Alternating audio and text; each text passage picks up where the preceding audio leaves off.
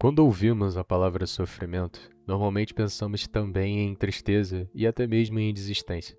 Porém, mesmo no sofrimento, nas adversidades da vida, a gente deve continuar vivendo e avançando. E eu acho que não tem uma personificação de resiliência e resistência na ficção melhor do que o Guts, de Berserk. Tá, mas o que é um Berserker? Seria interessante a gente começar essa reflexão entendendo o que é um Berserker e a origem do termo que dá o nome da obra.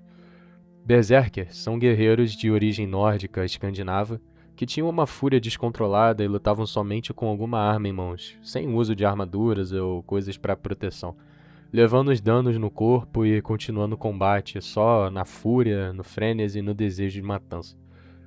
E o Guts é meio que isso, só que de outra forma.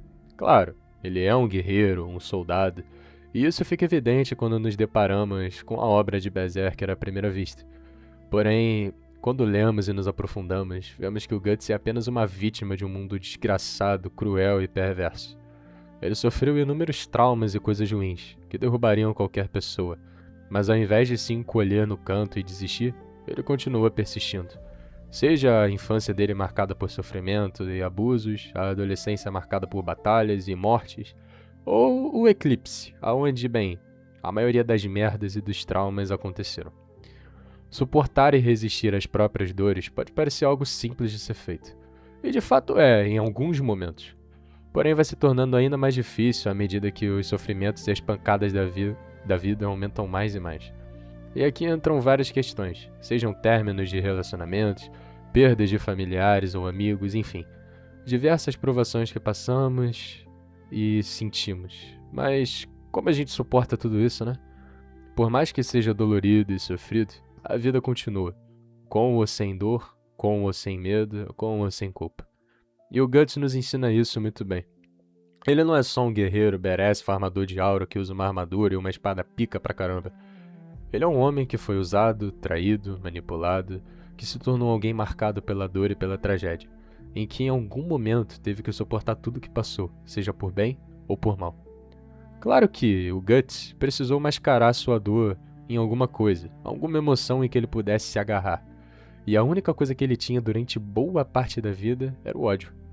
O ódio veio como resposta a uma necessidade de se manter vivo, o instinto de sobrevivência primitivo de qualquer ser humano.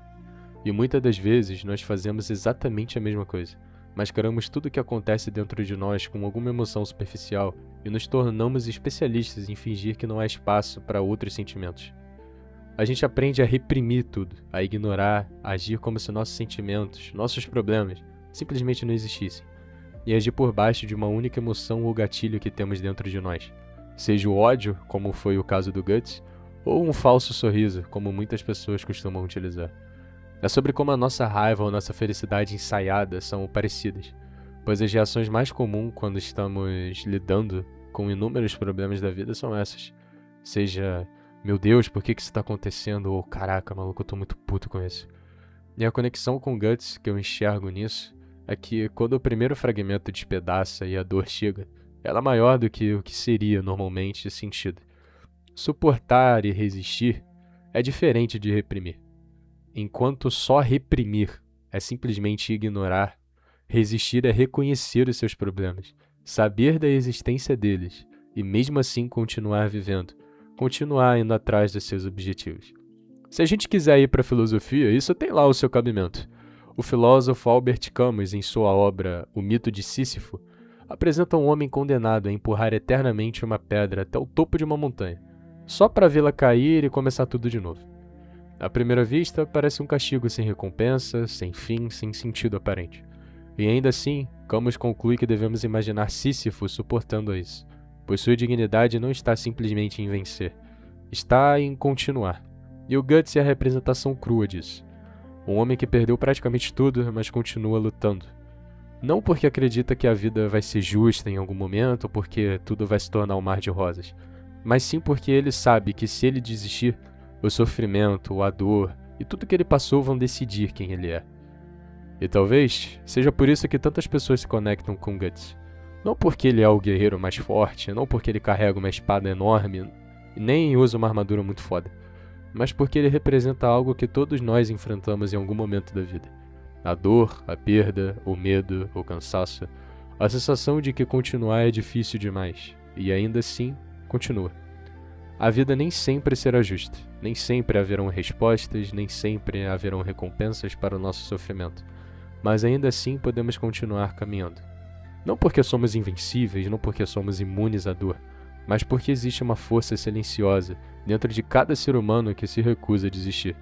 E o Guts é a personificação dessa força dentro da ficção. Ele não nos ensina como vencer, ele nos ensina como continuar. Porque no fim das contas, resistência não é sobre nunca cair. É sobre levantar de novo, e de novo, e de novo. Até que a própria vida perceba que você não pretende parar, não pretende desistir. Só pretende resistir. Mas bem, essa foi a reflexão de hoje. Se você curtiu aí, se inscreve no canal, dá o like no vídeo. E divulga aí meu trampo, pô, porque é difícil pensar nessas pedradas filosóficas aí que eu solto. Mas enfim, até a próxima aí, rapaziada. Valeu, falou.